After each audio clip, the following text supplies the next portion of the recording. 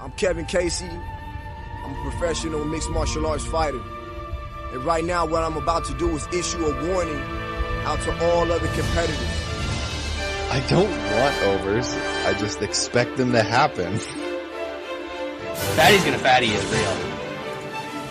Oh, give me fucking truth, baby. Come on. Let's go. How have I been this successful in life? Ladies and gentlemen, we are back for another edition of the MMA Analysis. Sean, did you send a tweet? I didn't. I'm an idiot. Oh, Boom. Rough start to this week. That's all right. We're good. I got you. I had to call you out. Wait till we were live, though. Damn. We did the quick runway before we started this show. Usually we have to get through 15 or 20 minutes of West diatribes before we can actually get live. I'm gonna bring Doge over here and get him on Sean because I'm not sure if he's worth his salary anymore. Yeah, we've got a whole line of interns waiting to take over. Bunch of 20-year-olds, fucking coders, ready to take the shower. That's right. Learn to code, baby. Yeah, we're back. We got show last week. We did all right. How'd you end up doing last week, Sean? A small loss. I should have listened to you in the main event. That was the decider on the night. I took Everyone I did a always listen to me, but same game parlay with Rodriguez in the over 1.5 and over 2.5. I should have just bet the over 2.5 and things would be good. yeah, it happens. Same. Yep. Made a little bit of money last week. We're off to a good start this year. Better than the last few. So Much better than last year. Yeah, I gave all mine back the past couple of weeks, but we're still like around even on the year, which is better than down 20 after a month like last year. So we'll take it. Between MMA and lacrosse, we're gonna have a boon over the next couple of months. We're leading Tout Master again too. So we'll take that after bit of a dip the week before and just crawled right back. We're if you can be up top after like 6 weeks, you got a chance to like be in it, to like have a shot at it. So we'll see. Looking at the top bunch, it's a lot of MMA analysis, former MMA analysis, and fans of the MMA analysis in the top 20 or so. So that's good stuff. That's very true. I don't know how the ghost of Lance is in 11th. Like, who's making picks for him? Is Shane? He lets Shane do it all now. Shane won him like back-to-back fantasy football titles and got him in Tout Master. Telling you, man, sharper than Lance has ever been. Please, Shane, save us, brother. LR, tomorrow's it's gonna be a different story. To be a different story. Yeah. Also, I don't know what Americans are smoking or if those were the first hockey fights that they've ever seen, but they very clearly lost 2 of the fights. I mean, their guy uppercutted the shit out of himself and knocked him down. He went full Tyson Fury. I just like at practice this week that old Mark Pope broke out video at the beginning of that game to show the boys, and they went out and smacked some motherfuckers around tonight. So there you go. It's working. Hockey's inspiring the people as it should. We had a card last week. We've got Seattle. We're going to Seattle. It feels like the first time in a long time that they've gone to the very long time. Yeah, I can't even remember when the last. Don't bother looking it up. Nobody cares. Yeah. But at least they're not in the Apex. So no warehouse fights this week. Gotta love that. However, there were warehouse fights last week. We're going to run those down real quick. Main event.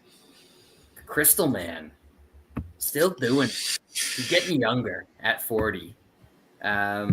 Survives the early onslaught as he is wont to do.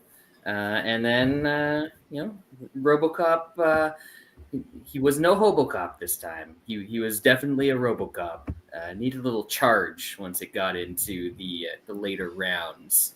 and couldn't quite find it. So Cannonier waited long enough, but then eventually got the knockout early in the 4th round.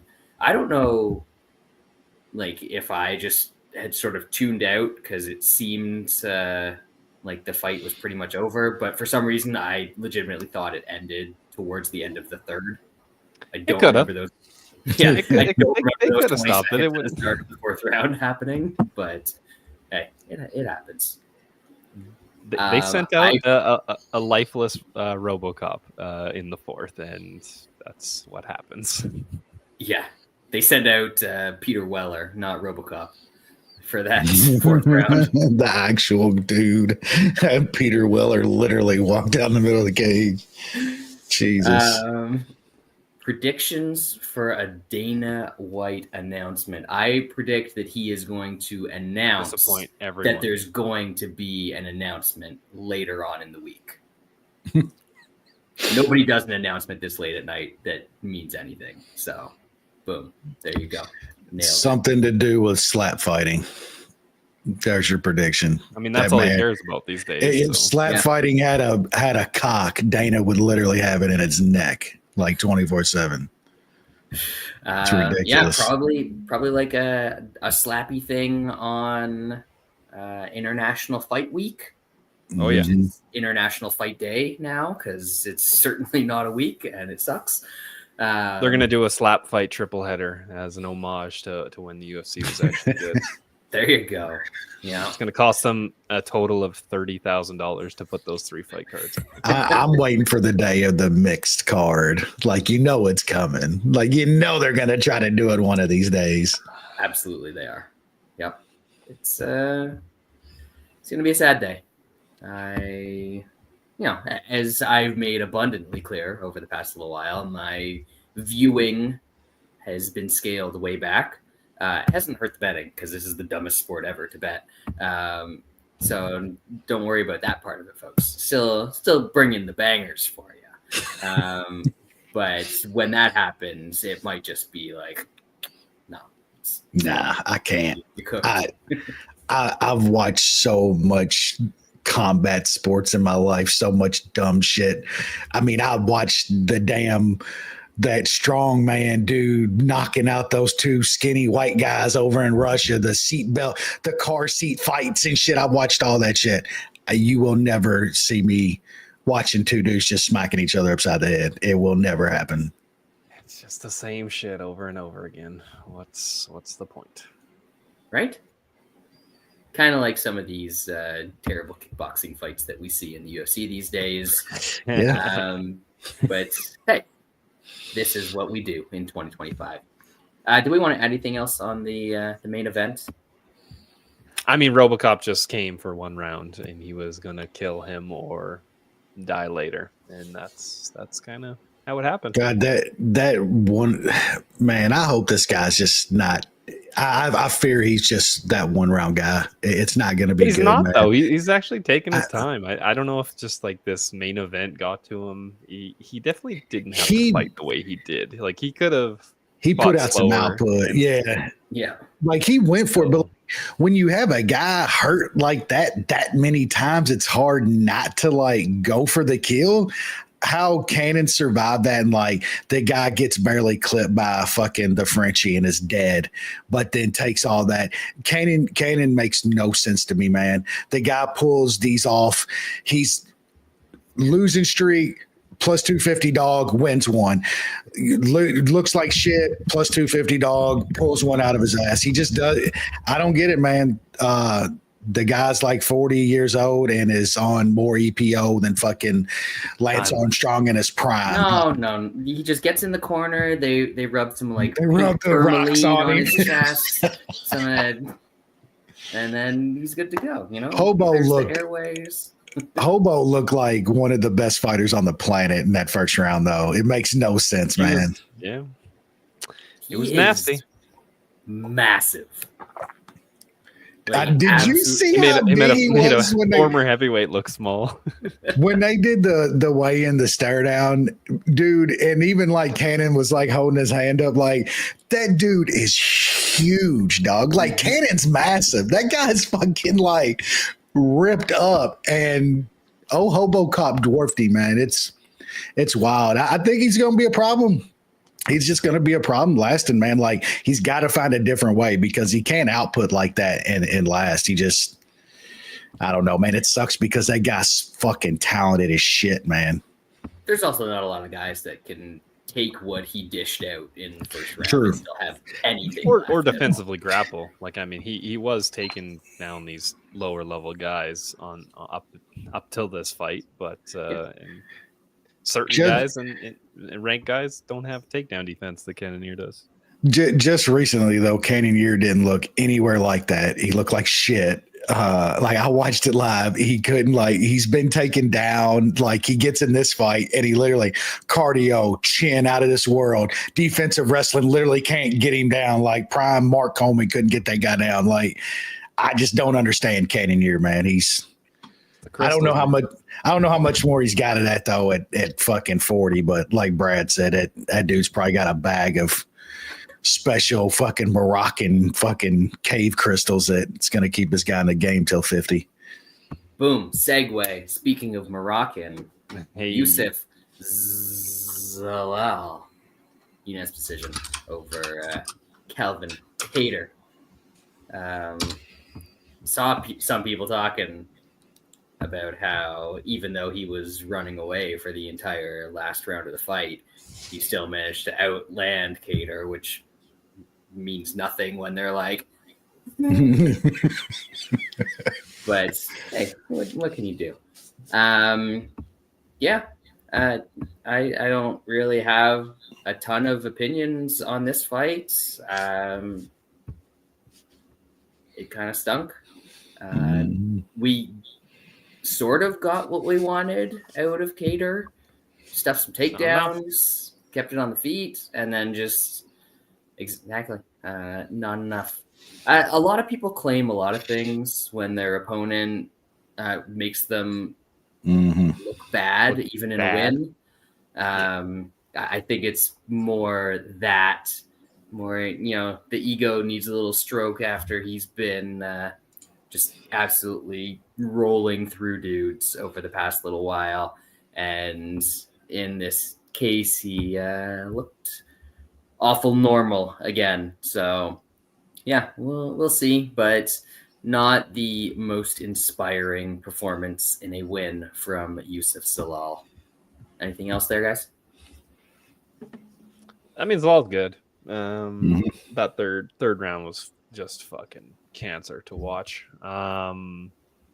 But yeah, I mean, he was way better on the feet than I thought he was going to be.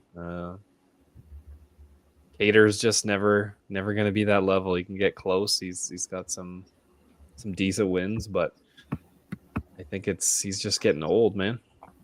Yeah, he's 36 now, going on 37. Kattar's going to be one of those kind of what could have been, man. He just didn't evolve enough. I felt like that guy was going to be a title contender 6 or 7 years ago, and he just ain't that guy. Zalal, I don't know how good he is. He's like good. I don't know if he's great, but he's going to be a really tough out for everybody. Put it that way. Probably going to be boring as shit in a lot of them. I can see that. Andrew in the chat. Speaking of old, not old as in age, but previous MMA analysis hosts or co-hosts. The legend. What's this tough retrospective that you're talking about? Is that a real thing? Anyway, next fight. We'll do the rest of the main card here real quick. The Armenian Canelo gets him out of there in the first round. This is probably like the one actual good read I had on this card, not understanding why this round one price was what it was. Turned out I was right on something. I'll take it. Nazim Sadikov. Didn't see this one, so you'll have to fill me in on what the doctor stoppage was after the first round. And Andre Petrosky, a guy that we've all bet a million times and did not bet on this card, and he gets it done as what, like plus 220, something like that? Yep. Over 200. Sean, main card thoughts. Armenian Canelo in round 1 against a bum. You know what happens. Bomb Fiend looked good until he took a question mark kick and got fucking smashed. Weird finish. I don't know. Don't say you can't see in front of anybody. They're gonna probably stop the fight. Like anybody, if a doctor or a ref, anybody's in there, he's like, I can't see. It's gonna be over. Yeah, not a good look from him. But I guess we claim fighters are dumb and they'll fight through anything. Maybe it wasn't worth it. The 12K extra wasn't worth it. This is also, as we said last week, the shittier of the Bon Fiends, which was proven very right on this card. Yep, you are correct. And yeah, I had Vieira in a parlay. That was stupid. I feel like I'm just not taking dogs when I should this year. I got scared away from them because I just lost so many last year. The ones that did hit, I wasn't on. Yeah, this was kind of always going to be a shitty kickboxing fight. And the one guy was over 2-1. Yeah. 3 out of 5 main card fights went to guys who were close to, if not over, plus 200. Yep. I got one against a shitty Bomb Fiend. However, it got there. Got a nice little 2-1 on Sadikov. Ended up sprinkling on the round 1 of Edmund after I saw that y'all like that. I had a big parlay of Edmund and Hobo Cop though, and that kind of that took my night right there. Yeah, Edmund, like, I don't know that kid, man. He's like, he shows flashes and shit. Like, I know it's against a complete bum, but he smoked that fucking guy. Like, I don't know. The kid shows flashes, but he gets up into the, just the top 15, top 10 of guys, and he just gets smoked. So who knows? Yeah, it sucks not having Petrosky, man. Give Petrosky fucking Bo Nickel. Like, let him have Bo Nickel. Like that. I think that's a good fight. The least dangerous fight for Nickel. I think halfway name, like he's got like he's got 6 or 7, 8 UFC fights now. Like we really want to see another shitty kickboxing fight between 2 wrestlers. I mean, yeah. I mean, I just give Nichols something that somebody like nobody wants to fight him. You got one guy that's literally repeatedly calling him out. Give him the fucking fight. Let Bo Nickel finally. Who is he lined up to fight? Doesn't he have a fight coming up? I thought he already had one booked, but I could be wrong. If not, maybe make that fucking fight. Give Petrosky what he wants. Shit. I was just trying to look up if he does not have a fight scheduled. Is ranked Petrosky. And for some reason, it redirected me to some other page on the UFC site, and it's just a horrible site to try and navigate. It's real bad. Yeah. Anyway, aside from that, did you say he's not ranked? Nickel is, but Petrosky is. Bo Nickel is. He's 15. Petrosky is not. That's fair. I think that's reasonable. There's probably 15 middleweights that are better than him. Anyway, prelims, Jose Delgado, first round TKO over Connor Matthews. Consensus bet of the week, Angela Hill. Easy. With a classic Angela Hill split decision over Ketlin Chipsouza. Classic. She actually won one. It's like her first split decision win. Yeah, she lost like 5 of them or something. 6. Like it was like the 7th time. Nice. Well, it was what we said it was going to be. She's always in close fights, regardless of what it is, and pulled this one out in particular.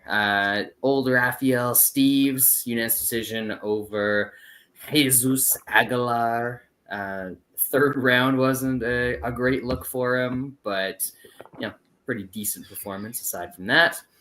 the good bomb theme.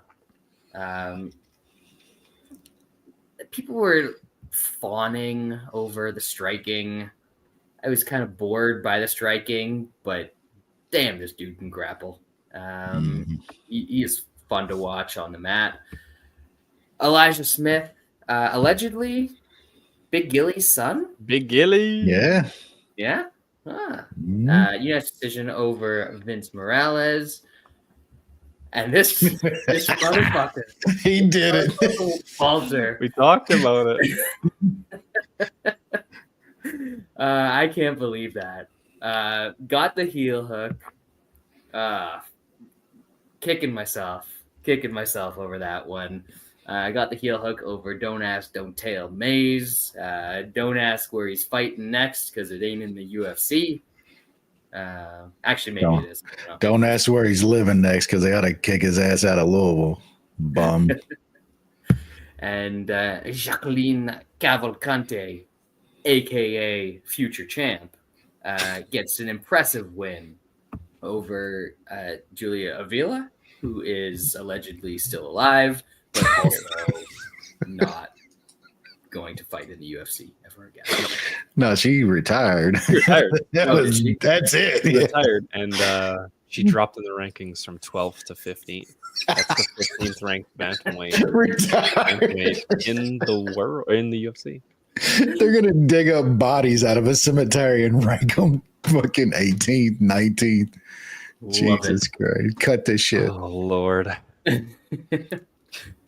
Sean, your thoughts, if any? Yeah, Delgado looks good. I mean, obviously, this is kind of lower level guys he's taking on, but I'll be interested to see him in a step up. He looks like he's got some skills. Yeah, finally got an Angela Hill split to go our way. I feel like we've lost a bunch of those that she's lost. Man, talked about playing the under in the shitty heavyweight fight. Talked about the heel hook. Didn't bet any of that. And so, of course, back-to-back heel hooks. Yeah, Delgado, man, had a good gym, massive for the weight class, power, had a good LFA win, a good contender series win. That kid might be okay. Definitely want to see some more. The Rafael and Aguilar fight was actually fun as hell till the third, like Brad said. Yeah, Bonfim, grappling, awesome. Big Gilly's son is like 21 years old or 22 and is already in the UFC getting fights. So we'll see. He was in pretty tough with Vince Morales. So early in that fight, yeah, we had been talking about lately about these heavyweight overs are starting to actually get way out of line. 2.5s are like minus 250 and shit. The fight doesn't go in this fight was plus money. And I jumped all over that because I figured it was going to like definitely not go 15, but only Bradley could fucking envision a fucking Walter Walker fucking another heel hook. So that was pretty sweet. Man, some of these guys couldn't be on a treadmill for 15 minutes. Never mind fight for 15 minutes. It's wild. It's like women's overs and shit, man. They've started to go like way too far the other way. It's hard to get a 1.5 at like even money anymore on these fucking heavyweight fights, man. Yeah, we got to take them where we can get them, and even then, sometimes they're a struggle. Moving on to this week, Seattle. What's the weather in Seattle, Vancouver? They've got like a little bit of winter this year, I know, but a little bit of snow finally. Yeah, nothing like the rest of us are dealing with. So, balmy Seattle this weekend. I imagine that means, apparently this is not an ESPN thing. It's still on the Plus. Yeah. 12 fights. At least that means that's good. Not as true anymore, but usually the pacing on the Plus is a little better than the pacing once it gets on TV. So we'll take that. We'll take the little victories when we can. You know, we're all about positivity about MMA on the show. Kicking it off, light heavyweight division, Rafael Cirque du Soleil taking on the Modest Bukkake. Sean, why is Modest minus 300 against anyone? That is a very good question. I'm not quite sure. I know the guy that he's fighting is not good. He just got smoked by the guy that's going to fight later on this card. But the Modest Bukkake is just so mediocre. Can be cracked. This Cirque du Soleil has some big power if he can land it against shittier competition. I wouldn't be betting the Bukkake up to minus 300. That's for sure. I think in Toutmaster, you probably take the dog. I just don't know if I can put money on this guy. He's not good. Wesley, is it Churrasquera time or Bukkake season? I mean, the line is like, this is Modest Bukkake, bro. There's no way he should be this kind of price. But, man, this other dude's 34, just got absolutely smoked by, like Sean said, a guy later on the card. I mean, I can't put my money on either one of these guys. What I do like is some over 1.5. I'm actually kind of surprised. I thought this would be a 2.5, maybe because of that last fight where old dude did get smoked real quick. But the guy that beat him is like a massive hitter, and that's all he does is smoke guys. So that's not Bukkake. That guy's kind of more of a methodical fighter that kind of gets slow into fights. And if the old Rafael guy ain't the one getting an early knockout and actually winning this fight, I think we could see some time here. So yeah, it's over only on 1.5. I like that in this fight. If I end up betting this, I'm going to be a little bit on the other side from US. Probably be looking at the old Cirque du Soleil plus or round 1. I don't think it looks good for him if it gets out of the first. And Bukkake's taken a few on the chin over the years, so to speak. So a little worse for wear. He's been knocked out a few times by guys that you wouldn't necessarily think are going to knock you out. Jimmy Crute, for example. So if he connects with something big early, I think that's a reasonable path for him. And I think round 1 was like plus 800 or something like that. So if I'm taking a shot on this fight at all, I'm probably not, if we're being honest. But it would be looking at the dog, Rafael, round 1 at the big number. Middleweight division, Nursultan Hruzeboyev take on Eric McGonigal. Sean? Don't have much here. I'm not very familiar with this man's game. Hruzeboyev, I think I even bet him against Buckley. Now, obviously, in hindsight, that is an absolute horrible bet. I just hate Buckley, and I want him to lose, and I keep losing money thinking that. I think Hruzeboyev's good against shittier fighters. I think this guy is not amazing. He's 34 years old, getting finally his UFC debut. Yeah, so I'll take Hruzeboyev, but I don't really want to bet anything on this fight. Wes, we can try and ask the Parm man if he's been in the corner munching on the the old go-to chicken parm, watching McGonigal train, but he doesn't seem to be a fan of ours lately. Yeah, he's got brainworms, doesn't he? I think he's in the lab actually peeking out the window at the border, making sure that they're not climbing over the fence more than he's watching the guys on the mat nowadays. But hey, if Jose Delgado doesn't make his next UFC fight, you know why. That's what I wonder if he looks around the gym and is thinking about green cars and shit. You know what I'm saying? No. They got a thing though. As long as it's their people, as long as it's their workers, everything's all good. As long as it's not your workers, motherfucker. I think that loss to Buckley for Hruzeboyev doesn't look as he went 15. Doesn't look as bad in hindsight. I think he's way better than this guy. I don't know why they brought this guy on here. If this was some kind of short notice type fight, I know Ruziboyev had a fight booked with Fuck right off in October. So I don't know how this came together because I don't know how this other cat is really in the UFC at this stage. But I can't lay minus 275 on this guy. I just don't really see too much that I like here. But I think Ruziboyev gets a finish sometime in the second or third in this fight. Apparently, McGonagall was supposed to fight peak serial killer name, Randall Dean Wallace. 3 first names. That's whew. That guy started killing cats at 10. Like that's a yeah. So that's he was training for a fight. It might not have been a good one, but he was training for a fight here. Zero opinion. Nobody should care, except for the fact that if Ruziboyev finishes him off early, we can just plant another seed. Maybe harvest that same crop again. So, or for the first time. We might have missed it. We didn't know the plant was there the first time, and we'll catch it the second time around. We learn from our mistakes. Next up, anxiously awaited, we've got Nikolai Veretnikov taking on Mr. Paige Van Zandt himself.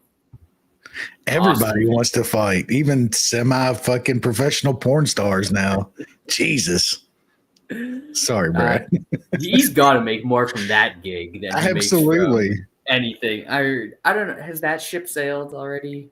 I mean, no. I think her OnlyFans does fairly well. You got to rely. It's like the gym memberships. You got to rely on those people that are going to subscribe and then never cancel. One of the greatest business models ever.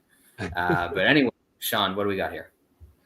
Not too much. I guess I'm a bit surprised by the line. I don't think Veretnikov is very good. I guess he's tough. He's got that going for him. Vanderford, he does have some skills. He's fighting up at like 185 in Bellator. Not sure why that was. He fought 170 before he got to Bellator to get fights. I guess so. But it's tough to cut weight when you've got to stay hydrated to perform all the time, Well, I mean, they got a lot of videos like in the shower, so just turn the hot water on. Like, fuck, man, get it steamy.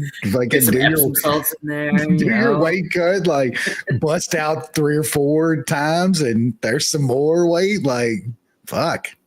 I'm sure there's got to be a science. There's probably like a fetish market for that too. But I'm sure there's a science. There is absolutely dudes on the internet that would buy that shower water, bro. Like, straight up. Oh, the world we live in. But yeah, I'm surprised he's a bit of a dog. I think he's all right. I think he's good enough to win. I'm gonna pick Vanderford, but I just don't want to bet these shitty low-level fights. Good call. Wes? Yeah, I mean, I would it'd definitely be dogger pass for me here.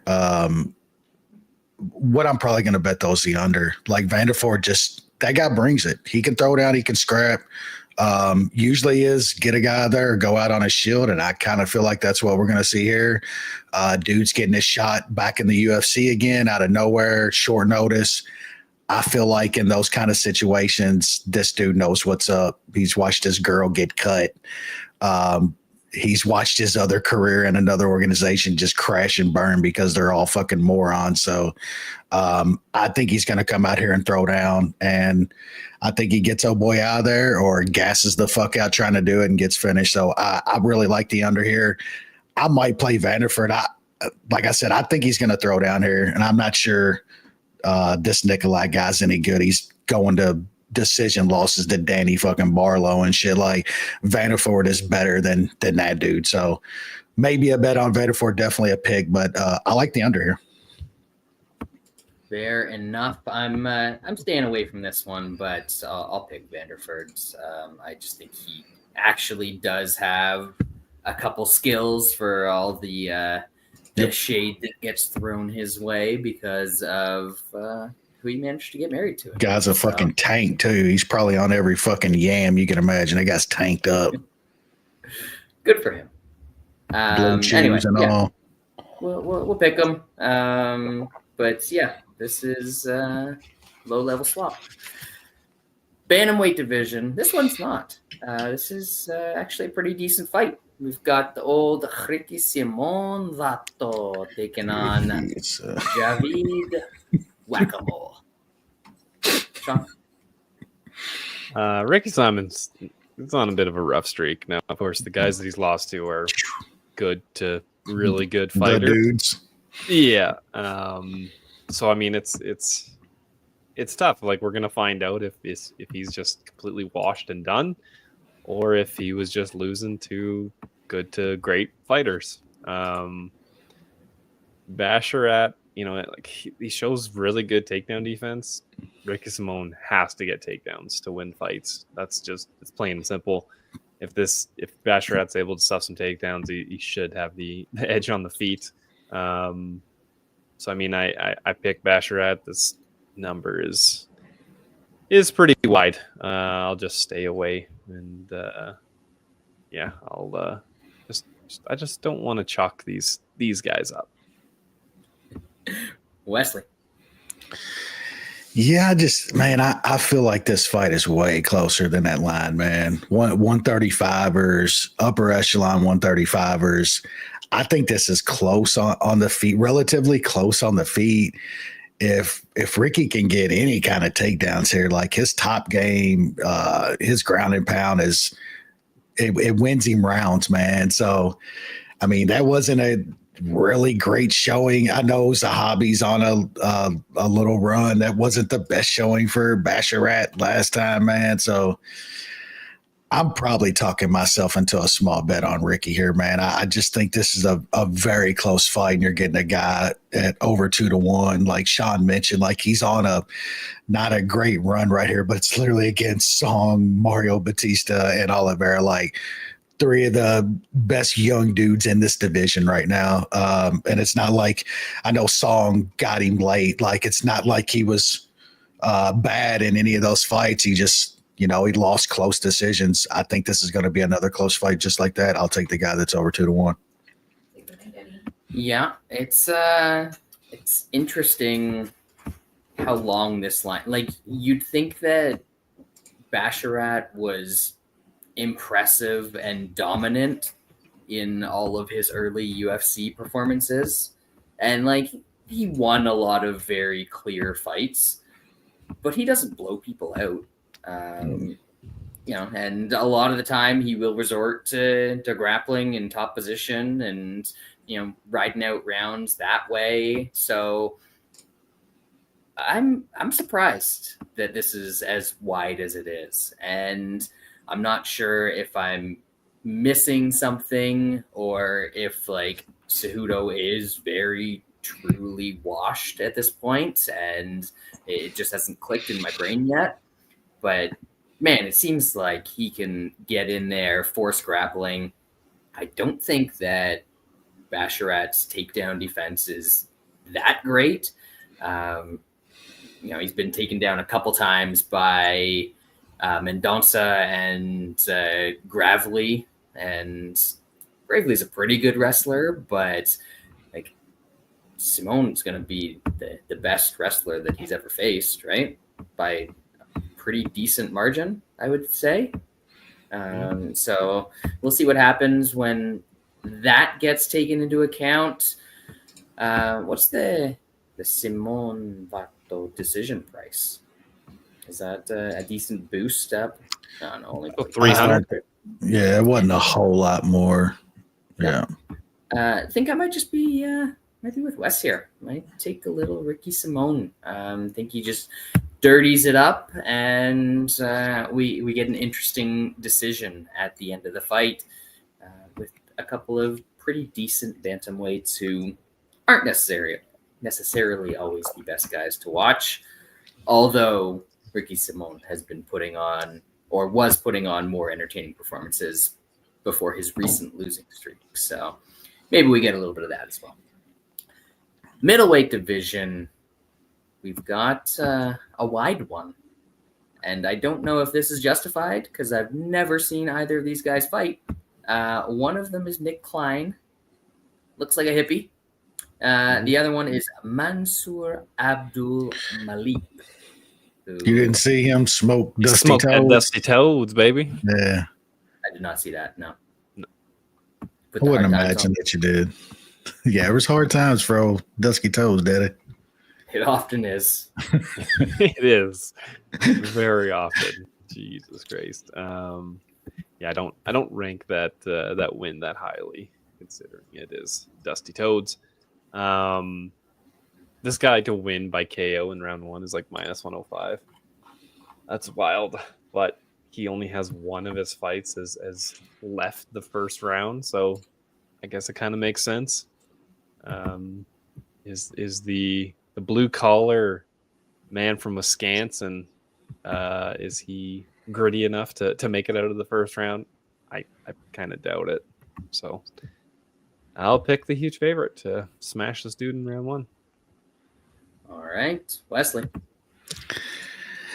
I've kind of come to the conclusion here that when we get fights like this and matchups like guys like this coming off Contender Series or getting their first UFC fight and shit, most times they don't do a whole lot to start these fights. I think you're going to get fight starts round 2 at some plus money in this fight, and I'm probably going to put a little bit of money on it. Can this Abdul guy knock him out in the first round? Yeah, I mean, possibly, but I had to see it. I think that line's just kind of crazy. The fight starts round 2, the over 1.5. I don't know if I'd go that far, but man, plus money on fight starts round 2 is kind of calling to me. It's just kind of the scenario I see over a lot, and I've started to hit those quite a bit here recently at some nice plus money. So, yeah, like I said, could Abdul knock this guy out in the first round? Absolutely, but I just think that's going to be too good of a line on something that could absolutely happen in this fight. Yeah, big one for an over 1.5. Do we know if Mr. Abdul Malik can grapple at all? Never seen it. Never had to. I don't think he's ever had that's to. the problem. Dusty Toes walked right towards him and started throwing and got knocked the fuck out. And He's just going for the bionic elbow, Daddy. you gotta make sure you roll it up first too. Get that power charged up. That's right. It's not like Nick Klein's been out there fighting the best of the best by any means. But the Contender Series performance, got two dudes back real quick, choked him out. Like it looks like he knows what he's doing on the mat. So, maybe if we get some crazy sub lines out there, I might take a little poke on that. Maybe if we get enough of these dumb things that I don't actually want to bet, but I feel like the number is just a little too much, like our Chura Sequeira round 1. We can toss them all in a little round. We haven't done a round robin in a while with props, so maybe we'll see if we can toss one together for this card. But we are going to keep it moving. The second last prelim, It's a fun Andre Touchy-Feely taking on my dude. I was on this train way before everybody else. The Milk Weasel. He's he ran into our boy Steve Garcia, and nobody survived Steve Garcia. Edson Barbosa couldn't even make it to the ring with him. That's how devastating old Steve is. But he's been making some noise for himself in the UFC with a incredible 2-2 record. Sean, what do we got here? That was quite the intro for a guy that's 2-2, but that's good these days, isn't it? Yeah, I guess. Costa, he's all right. His losses aren't bad losses. This should be a fun fight. I guess we'll see how much he's able to take down Touchy-Feely and keep him down. On the feet, I probably give Costa the slight edge as well. So Andre Feely basically alternates wins and losses every time, and he won last time. So he's probably going to lose. I will pick Scott Jorgensen 2.0. But Milk Weasel has alternated wins and losses since he's got into UFC. And Ooh, someone's got to go. Ooh. Somebody's streak's got to go. Unstoppable force meets immovable object. What say you, Wes? Somebody sequential has got to go here. Man, I really don't know in this fight. For me, just absolutely flip a coin. I could see either guy winning here. I could hear anybody's case for either dude here. I'll pick Feely just because I think he's the bet here. That's all I got. I literally can't have. I got no bet here, no money. Have no clue who's going to win this fight. Yeah, like I know that Feely is definitely worse than Thiago Moises, but I think he's better than the rest of the three guys that the Milk Weasel has fought. Two of them who he beat. So it kind of falls into like Milk Weasel's better than these guys, but he's very clearly not as good as these guys. And I think Feely's closer to that top level. So I'll pick Feely here as well, but not strong opinion on this one. Definitely not betting it. And with Andre Feely that every once in a while he's going to get knocked out in spectacular fashion. And it would only be fitting if it came against a guy that doesn't seem to have much power at all. So bet Andre Feely at your own risk, ladies and gentlemen. Prelim headliner. And what a headliner it is. We've got our boy, the Cute Labia, taking on the Chronicles of Narnia here.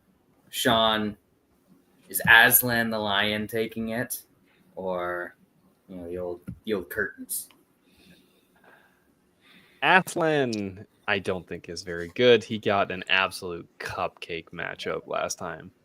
Over in Abu Dhabi, they wanted to give him a win over there, and he did what he does against shitty fighters. He smokes them.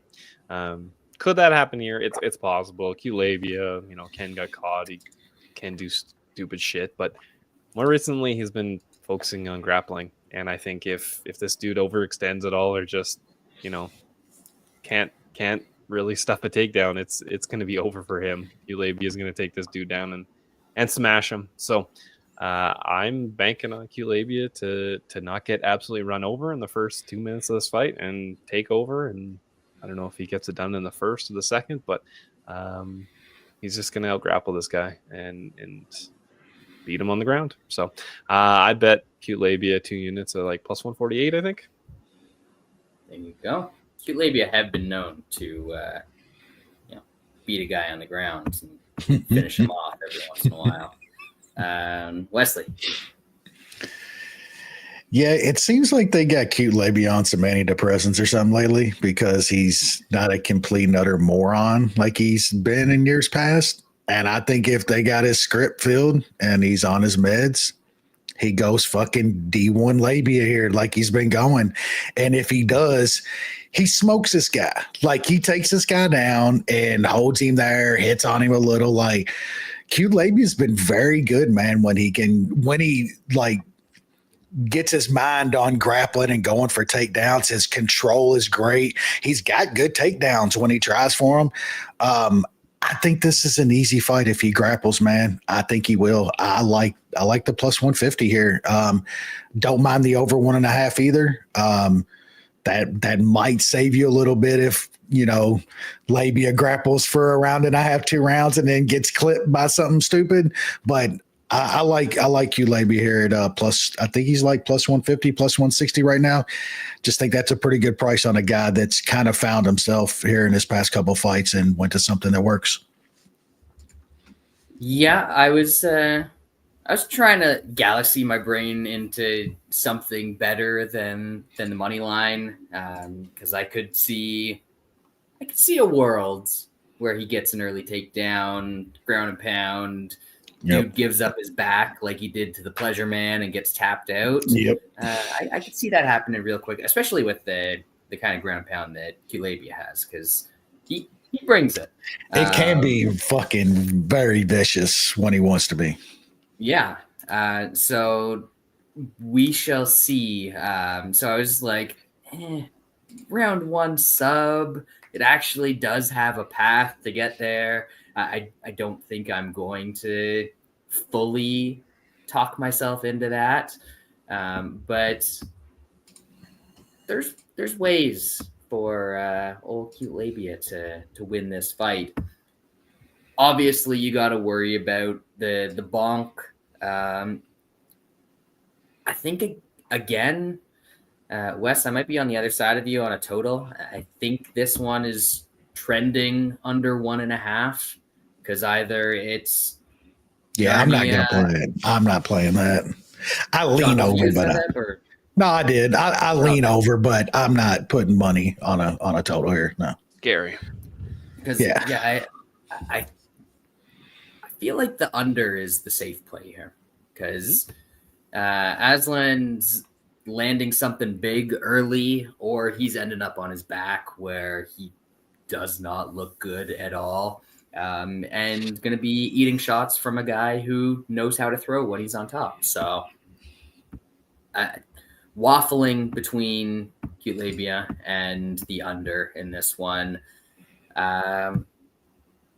I wish I had another platform to let you know what I decide on, should anybody care. But Friday or Saturday, I'll probably tweet out some plays again, and we'll see if either of those makes the cut. For now, the Tout Master pick will be Cute Labia. Main card time, light heavyweight division. Alonzo Menafield. Why is he on a main card in 2025? Does everybody want to fight or what? Come on, what are we doing here? And he is taking on something called Julius Walker, who seems like, he could be some random guy on the UNC basketball team from 2015. I don't know. Juice Box, Sean. Do we like Juice Box? I don't know Juice Box, so I couldn't really tell you. The reason this was on the main card is because Menafield was supposed to fight Umar C, and C was probably going to just smoke him, and that was going to be Menafield's third, probably first round finish in a row, and he was probably going to be cut after this, and instead now he's fighting some very, very regional scrub that's got a 6-0 record. That being said, Lonzo Menafield minus 270 is to anybody with a goddamn pulse. 240. I would, if I was gonna have to play this, I would take the dog, knowing nothing about him, but knowing that he's not Alonzo Menafield and he's fighting Alonzo Menafield and he's plus 205. Menafield probably wins though. Wesley. I mean, does Walker have? I wouldn't say better, but I mean, he fought Myron Dennis and Bevon Lewis in his past 2 fights. Like, not like they're bums at this point, but they're like vets, And he went there and he smoked them out. If you're laying over minus 200 on Menafield in this fight, you're fucking wildly out there, bro. Like, holy shit. I'm not saying go bet Walker, but he's obviously smoked some UFC level at one point guys in fucking 2024. I mean, I can't bet Walker here. I'm not touching Menafield. I'm taking some under 1.5. One of these motherfuckers are going to fucking sleep. Like, Menafield's chin is gone. This guy cracks. Menafield cracks. These dudes are throwing down. Somebody's going to fucking die, and they're going to do it quick. I like the under 1.5 here. Menafield might just decide to go to sleep, take a nap. Good. He could. Throws those first couple big punches, and then he's just like, you know what? Let's fuck this. Yeah, I'm good. I did my job. I showed up. Yeah, I agree with most of what you're saying, especially like it's not as big a deal now as it would have been 5 years ago or whatever. But finishing Myron Dennis, that's not a decent or not a bad. It's not horrible to have on your record. Yep. Especially as your 6th ever MMA fight. That dude's tough. He's been around for a while. He's pretty tough to stop. Knows what he's doing out there. So that win kind of says something to me on the regional circuit. Do we know if he was training for something else, or it looked like he had a fight coming up. So not super, super short notice. That was supposed to be a heavyweight fight too. He had a fight for the same exact weekend. So he's training. He had a fight lined up for this Saturday. So yeah. And like he should be a much bigger dude than Menafield, because Menafield is not big for a light heavyweight. I mean, he's thick. He's not thick Willie thick, but he's thick. This dude's 6'4", 81-inch reach. Yeah, I'm telling you, man, combo guard for UNC. My boy, Julius Walker. Let's go. You might have told me to bet this cat. I might have to bet this cat. What's the what do we got for goofy prop prices on this one? What's KO1 on UNC 2 guard? Round one is you can get for 500 to 650. 650 Walker round one. Yeah. KO is 1,000. Yeah. I mean, those feel like some props that are absolutely worth throwing some Subway sandwich money on for sure. Okay. We actually we had a Jersey Mike's open down the road, which I know not a big deal for the Americans, but I think it's only like the 6th one in Canada. Not bad. Even though it's an American company and we hate you guys right now, whatever. Deserved. When it comes to absolute garbage to put in your body, nobody does it better than the Americans. Number one in the world for sure. Well, I mean, you can pick up a box of rice and it's got 72 ingredients in it in America. It's fucking wild, bro. All right, moving on to the featherweight division. Jean Silva taking on Melsik Bagdasaryan. These Armenians, they just keep coming, Sean. What do we got? It's very sad that Silva, after finishing back-to-back Charles Jourdain and Drew Dober, he's got to fight a guy that didn't fight in 2024. He's been out like 20 months, something like that. It seems like a waste. Jean Silva seems good, man. He should smoke this guy who hasn't fought in a long time. So he's kind of in a no-win situation. If he does that, people aren't going to think much of it because he's fighting a kind of a guy that's been out for a long time. If he doesn't look good against a guy like that, then he's just hyped up. So he's kind of in a no-win situation. But I think he goes out there and punishes this dude. It's kind of tough to bet too, just the way with it that it's lined, or at least that's the way that I see it. Wes? Yeah, I like Silva quite a bit. That Dober fight kind of was like, this cat's he's violent, man. He is fucking violent. I think he's got a granite fucking chin, big power. I think he stops this dude. Sean's kind of right. It is a no-win situation outside of he can go out and get some kind of highlight reel knockout, and that improves your profile regardless of who it is in the UFC. So The him inside is a little juiced more. So I'm just going to take a little under 2.5. I think he stops this cat. I think he puts on a show, gets a highlight reel finish, and there's got to be a big fight lined up for Silva later on in the year. Sometimes I wonder. I mean, I appreciate it, but I wonder what they're doing when you've got Silva inside at like -160 and the under 2.5. You can get around -120. Yep. Like, I looked at the same exact thing. Yep. What are we doing here? I'm picking Silva. I don't think Bagdasarian's terrible. I mean, the loss to Kulabau, getting subbed by him isn't great. But in the fights where he's been able to just stand with somebody and throw, he looks all right. I think that he'll be able to kind of weather Silva earlier, but that dude just doesn't stop. And eventually, like you kind of alluded to, I think he gets to him. That? Volk versus Lopez for the title. What? Is this some interim title bullshit going on? Is that what this shit is? No way. Lord. Is this what we're doing? Jeff, I do not believe you. But I kind of believe you because it's the UFC in 2025. So, yeah. Anyway, Silva wins. Moving on.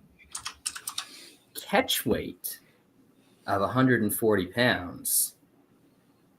Rob Fonch, is that accurate? Yeah, is vacating featherweight and he's going up already. That seems fucking stupid. So they're gonna Volk versus Lopez, and the co-main event is Michael Chandler versus Patty. They gave Patty Chandler. What's so bad is Patty's probably gonna take a shot from him and then fuck him up. And then it's gonna be like, man, Patty's so great. Patty's getting a title shot. I feel like on our prediction show, I probably had some galaxy brain theory about Topuria not being champ at the end of the year, and came up with somebody dumb, bro. But that's Topuria across the board, unfortunately. Dude, Yair Rodriguez against Patricio. Holy shit! Now we're talking. Now we're fucking talking. If he gets a dub there, that's the breakout fighter of featherweight this year. Right? Now we're talking, bro. I saw which card is this now? The Miami card. Miami UFC. I saw the Pratis Neal fight get announced earlier. That's a good one. Yeah. Those are it's a banger. Yeah, hell yeah. That's a fucking main card right there. Shit, Nikita Krylov against Dominic Reyes. Ige against Sean Woodson. Oh, Handy is getting a shot against Janelle.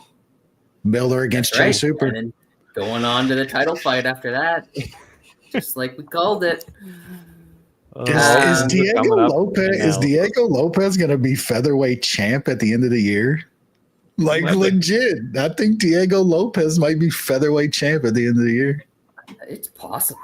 It's very, very fucking possible. I think Volk might be about fucking done, man. That chin might be cracked a little bit. Yeah, some of the shit that he's taken, but. Wild. This is not necessarily the guy you want to test it against. What I don't like even more than an interim fight or whatever, and I guess it's not interim, is like you're taking a dude that hasn't even fought all the competition in that weight class, cleaned it out, and he's one title defense, and it's gonna go up and probably I love that dude, but that's so lame that he's giving up the title. Like, I mean, it makes me just hope that he gets it. And this takes a lot for me to say. This makes me a big man to say this, but I hope that Mac and Cheese absolutely smashes him just so that he ends up in this weird purgatory. I think you're going to get that. I don't know about a smashing, but I just don't feel like that's a good matchup for Topuria, man. It's not a good matchup for almost anybody, but I hope they do Topuria do Bronx first. Remember when Aldo was the champion for forever and they wouldn't let him move up to face Pettis. And Wild. now you defend your title once, and you get to move up and call out guys 6 weight classes above you. And it's because your lower level of your product is so bad now. You need all the gimmicks that you can get. You need all the advertisement that you can get. That's why there's so many interim titles, because it's a title fight. Yeah, it sucks. It's turned into carnival type shit. It was always carnival type shit. Yeah. When they actually admitted it was carnival. It was better shit. when it was straight carnival. Like, give me Minowa, man, against the biggest guy on the planet. Like, I love that shit. Like, fuck. Crow Cop against Alberto Del Rio. Come on. That's what I'm here to watch. No doubt. I want to see a man die and bleed through his mask. That's what we signed up for as MMA fans. Anyway, we got 3 more fights here. Catch weight, 140 pounds. Rob Font, Jean Matsumoto, who is allegedly undefeated. Sean, what are we doing here? I like Rob Font here. I know this is kind of a catch weight. Font was supposed to fight Cruz, but How's his career going? Dunzo. Usually Rob Font is he's going to lose to guys that can out-grapple him. Now, that being said, he's fought basically the best grapplers in bantamweight. What are we doing here, bro? What is going on? Jesus Christ. UFC is on one tonight, eh? Shave Cat's hurting out, and oh my god, bro. Is this all for real? ADM versus Bilal. Is that going to be the Canada card? Of course, they get a shit fight, probably. Gilbert Burns against Michael Morales on that Miami card, too. That Miami card is absolutely fucking stupid. That's a good one. You've seen the guy in Toutmaster whose name is What's Eating Gilbert Burns. Should be What's Gilbert Burns Eating. That dude is getting puffy. Yeah. That guy used to be a 55er. Hilarious.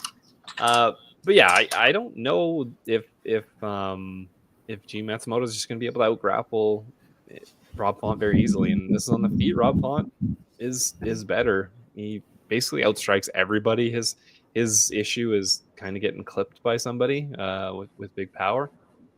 I think he's good enough to not to happen.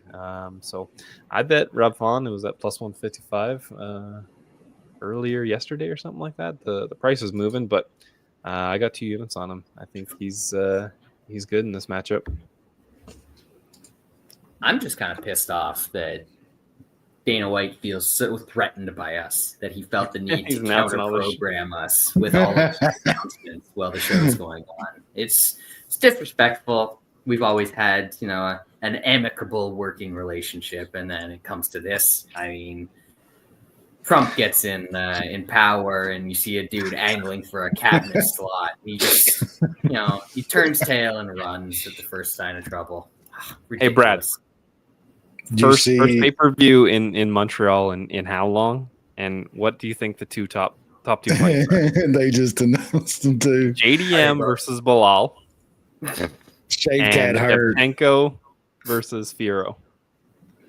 Wow. That's what we get in Canada. What is it with Canada and them always want to do women's title fights in Canada? They hate y'all. They throw the scraps, man.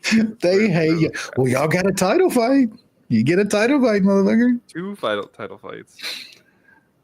What? Man. JDM against Bilal. Wow. Bilal lives to see another fucking 6-8 months, huh? I think he wins that fight.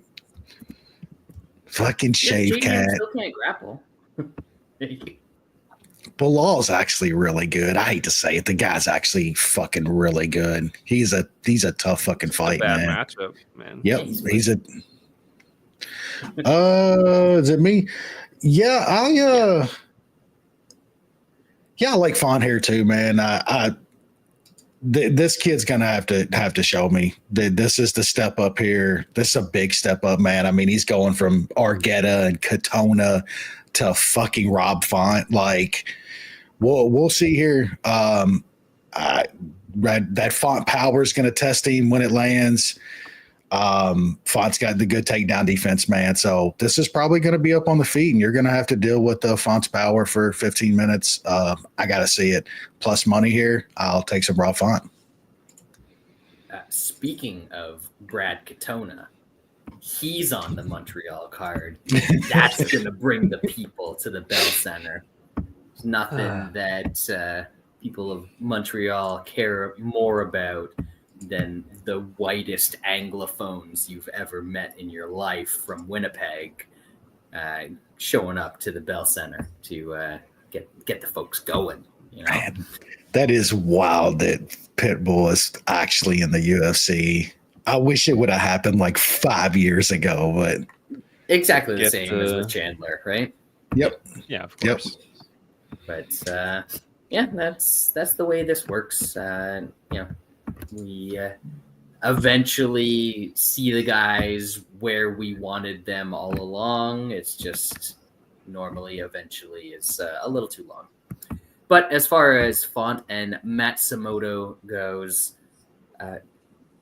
Rob Font has to be one of the most underrated bantamweights of all time at this point, right? I know that he doesn't have, massive winning streaks. He's got a decent amount of losses on his record, but he's lost to a couple guys that haven't fought for a title, but never lost to anybody outside of the top 10. Probably relatively close to never losing to anybody outside of the top 5. Just extremely consistent. And as you said, if Matsumoto can't just go out there and immediately get grappling going, I don't think that he's got the power that most guys have that really throws Font off. Honestly, even if he gets a takedown or two, which is going to be difficult, Font's not inept on the ground. He's got some pretty good defensive grappling, good at getting back up to his feet. I just think that we see, another one of the 15-minute, mostly kickboxing matches. And if that is the case, I like Rob Font to get it done here. So if anyone has a Betway account where they can get some money down, there's still a plus 150 hanging around out there, which is lovely. Unfortunately, that doesn't apply to us. So we are going to take Rob Font as the consensus bet of the week. And what do we want to say that's good for the people? Caesars is plus 135, 130s. Yeah, it's like 130. Pinnacle, circa. FanDuel's 138. That's wildly available. Yeah. There we go. Yeah. Yeah. If you can't find it at that price, find yourself more books. Do better. Be better. Moving on to the co-main event, middleweight division again. Rematch of a former LFA title bout when those actually used to kind of matter. Brennan Allen taking on Fluffy Hernandez. Fluffy got the better of their first meeting, and now minus 300. Sean, thoughts? Yeah, that numbers kind of got away. Earlier in the week, I was kind of looking possibly to parlay Hernandez when it was, in the minus 250 range, minus 260.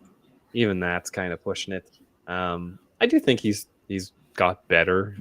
Both these guys have got better since their last fight. I think Fluffy is the guy that has, he's kind of just excelled with what he had back then. Good cardio, good grappling. The striking is good enough, and I think that's just will be enough here. They had a close first round in the first fight, and then Fluffy kind of took over. If this was a 5-round fight, this would be an easy play for me on Fluffy. 3 rounds, it gets a little more dicey, just because both of these guys are good grapplers. So, it could be a close first round and it's a coin flip, and then Brendan Allen somehow lands up on top and rides out a second round, and then you're kind of fucked if you got a bunch of money on Fluffy at minus 300. So I'm probably going to stay away. I do think Fluffy is the better fighter. He's just got to start quick, and then if he starts quick, I think he wears out Brendan Allen. I don't think he gets a finish because usually that takes a bit longer for Fluffy, but Brendan Allen hasn't been looking good in grueling grappling fights. That Imavov fight was fucking rough, so who knows? Maybe Fluffy gets a late one. Wesley.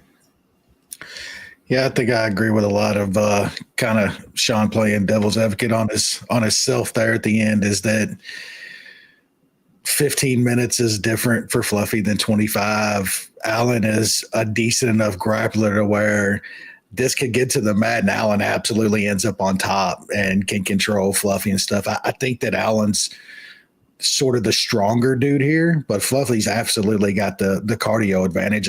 I'm not sure if it's going to come into play like it could in the third round, but who knows? If you're banking on cardio here to win you a 15-minute decision at minus 300, good luck with that. I will take the guy that's plus 255 and what I think is going to be a really close 15-minute decision. I think we're going to see a lot of grappling and rolling around on the mat and shit. And how is that getting judged on that particular night? So one guy's plus 250, the other guy's minus 300. I'm going to take a small shot on Brendan Allen. Yeah, I think that probably the most important thing for Allen in this fight is to come out and not be passive. If he goes all out, he's probably going to gas himself out. Fluffy takes over in rounds 2 and 3. But he can't sit back and let Fluffy dictate every takedown attempt and every grappling exchange, things like that. Because I do think that skill for skill, Brendan Allen is significantly more talented than Fluffy. Better striker. I think his actual technical grappling is extremely good. How's that fight IQ, though? I mean, well, he got knocked out by Sean Strickland once, so there's certainly flaws when it comes to Brendan Allen. I look at their first fight, I see the success that he has grappling, and I think that if he can do a better job of setting up his striking before that, which I do think he has an advantage in, fairly significant advantage if it turns into a straight up striking match and not just like volume because Fluffy's spamming stuff to try and get into grappling range. That could work for him. He's got a pretty decent kicking game. So all of those things adding up, I think I'm going to take a shot on the guy that's 250, 260 out there. Could look real bad if Fluffy gets started early and can just get that snowball rolling downhill. But if this turns into a fight where Allen's marginally smarter than he was the first time around, or a little bit better prepared, because I think he was like 22 or something when that first fight happened. He was super, super young. I'm sure they both were. Then it could look a little bit better for Allen. So not the most confident pick in the world, but I mean, when you're picking plus 250 guys, how often is it that confident? But we're going to take a little shot on Brendan Allen here. Get his revenge from the first time around. And finally, main event time. Bantamweight division once again. Henry Cejudo. Song Yadong. Sean's boy. Sean, what do you got here? I don't think he's my boy. You put him in your name for the show. I was trying to play true. Things. I got you. Okay, fair enough. This is a tough one for me because usually I'm the guy that kind of sides with the younger fighters. Cejudo's 10 years older than Yadong. Yadong's got 4-inch height, 3-inch reach. Like this, Cejudo's still not really a real 35er, but he kind of makes up with that with just raw talent. I'm still not sold on Song Yadong in 5-round fights against the elite fighters. Now, I guess the question is Cejudo still elite? He looked all right in the first round against Merab, but that's Merab. He was going to get run over. Had a close fight with Sterling.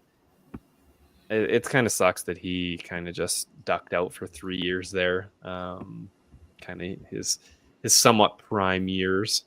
I think even him at 30, 38 years old,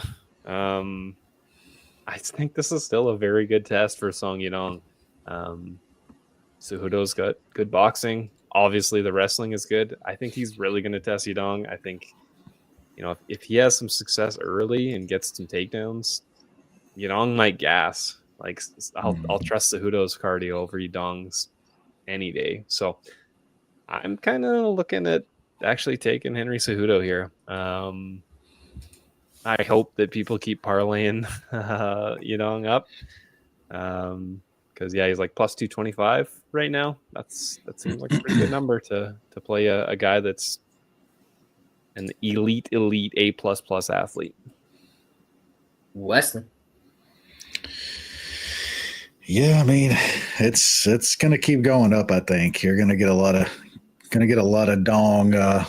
long dong play going up until fight night. Yeah, I'm kind of with.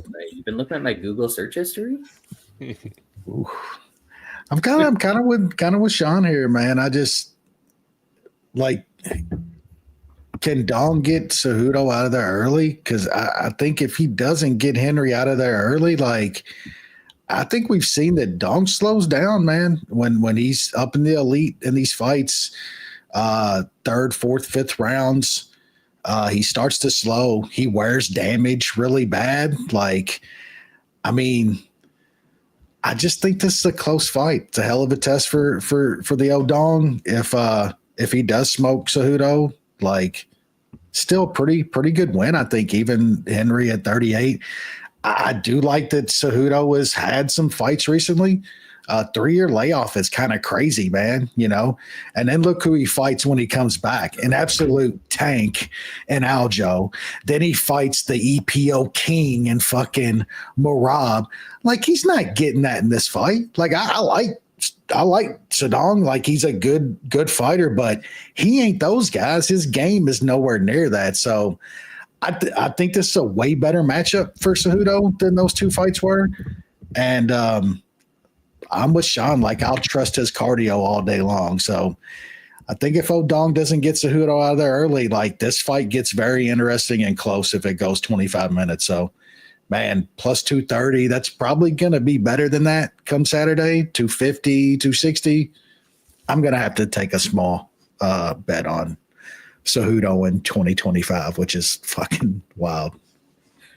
What a world that we're living in when we're talking about noted underworker Henry Cejudo.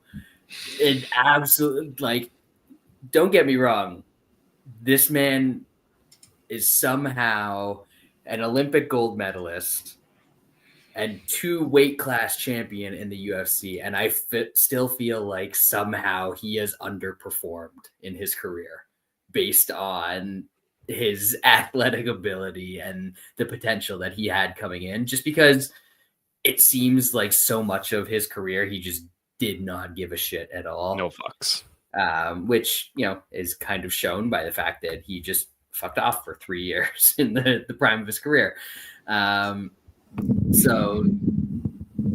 I agree. We saw it in the Sterling fight where I think he won the 5th round of that fight against a guy who is naturally way bigger than him, obviously now up even another weight class from where they fought. And we've got a history of Yadong gassing out not gassing out, but slowing down later in fights, struggling in the 3rd round. This is going to be his second 5-rounder, right? Because the Sandhagen fight was 5. Wasn't the The Jan fight was. Gutierrez fight? No, that was 3. Was the Gutierrez 5? It was allegedly. Yeah. Yeah. And the Ricky my Simone brain 5. won't process any more than 15 minutes of a Chris Gutierrez fight, so that doesn't count. He fought 5 against Ricky Simone. Yeah, he got Simone late. Yeah. Okay. That was an ugly watch. Yeah, there we go. So yeah, I guess obviously that stoppage happened in round 5. So I'm smoking something, but yeah, it's. My big thing is, does Cejudo care at 38? And is he 38? I think he's 38. Yep. Yeah. Just turned 38. Happy birthday, Henry. Does he care at this point to, put in the work, not in the cage, because like once he gets in there, he's all systems go and he's a gamer, but has he put in the work the last couple months to actually get there? And there's a lot of campaigning going on. There was a lot of campaigning going on the past few months. He was at the rallies. He was doing some hanging. Wait, is Trump going to be there on Saturday? Absolutely not. He's not flying out to fucking Seattle. He ain't going to fucking Seattle. Golf in Seattle. There's too many lunatic liberals out in fucking Seattle. He ain't going nowhere near that fucking place. It's pretty close to Canada too. Ooh. Yeah. They got like healthcare and shit up there. Can't go up there. Gross. Anyway, I just don't trust that Cejudo at this point in his career cares enough that he's put in the effort. So I get the price. I get the temptation to bet Cejudo because I had it myself, and I think I'm gonna avoid pulling the trigger. But man, I Toutmaster pick? Gotta be Toutmaster pick. Yeah. Can't even really go for a total or anything because the over 4.5 is like minus 200. But that kind of points to the fact that this is going to be a competitive fight. So I don't love bets on Cejudo in this one. So yeah, a little bit of disagreement on the main event, but not particularly strong on my side. All right, let's run down this stupid shit that just got announced right now. Because man, so Topuria is up to 155, but we don't know who he's fighting. What's that? We don't know who he's fighting. That hasn't been. He's got to have the title. Right? He's got to have some kind of assurance of a title fight, right? Unless it's Stu Bronx, because Ramadan's coming up. I don't know. That would be wild if he went up to 155. Got choked not dead. A title shot, but to catch a beating from Stu Bronx. That'd be amazing. That would be fucking amazing. Edwards and Brady, yawn. That was the JDM replacement because he was fighting Leon Edwards. Yeah. Now Gotcha. JDM. Now he's getting the title shot against Blah. Yawn. Yeah. Major. Patty and Chandler is gonna be hilarious. Yep. Love that one. What else do we got? Look at the Miami card. Like that's just we got Elkins fighting fucking Orosa. It's like the third fight. Like it's gonna be stupid fun, bro. Candyman against fucking dumbass. Those are like the first couple of fights on that card. Jeez. That card's fucking insane, man. Yeah. Absolutely insane. God damn. Dane, he really is angling for that cabinet position. He's like, hey, you know what, Donald, look, we'll bring it to you. You don't even have to travel that far from Mar-a-Lago. You can get around in before the card starts. We'll do a whole walkout package for you. I mean, it's like one of the only 3 or 4 actual free states in this country. They should get a card like that. There's true freedom down in Florida. What's this? 314? Yep. Yep. That's 314 is Miami. Crazy, man. Neil Paredes, Reyes, Krylov. I mean, Ige Woodson, Miller, and Chase Hooper. Like, that's pretty fun. That's pretty fucking fun. Not bad stuff. This is the annoying part, is they can still put on a good card when they want to put on a good card. And there's a mix of like actual good fights, circus shit that's like not fully circus shit. Jimmy fucking Miller and Chase Hooper, Pop's beating up his illegitimate stepkids, that sort of stuff.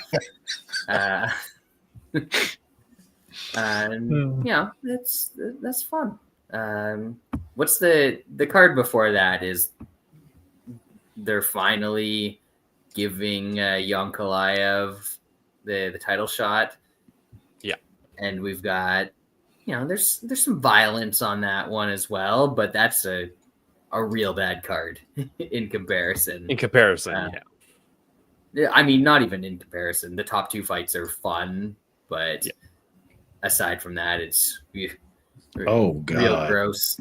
And this card next week, we got a Cody Brundage versus Julian Marquez co-main event. Bro, what is this? We might be taking a break next week. I don't know. Dude, William Gomes against Hyder Amil is third from the top, dog. What? Austin Lane against Mario Pinto is on the main card. What? That stuff would all be on the main card of the Montreal pay-per-view. Let's not kid ourselves. It's basically a warehouse card with a couple of title fights. Sheesh, bro. Anyway, there's some good, some bad that we're looking forward to. Obviously, they're really stacking up UFC 14 at the expense of 13 and 15 because those are not looking so great. But hey, I hope we all enjoy the Miami card in, what's that, April? Yep, yeah. 6 weeks. But anyways, I hope you guys enjoy the fights this week. We'll be back next week.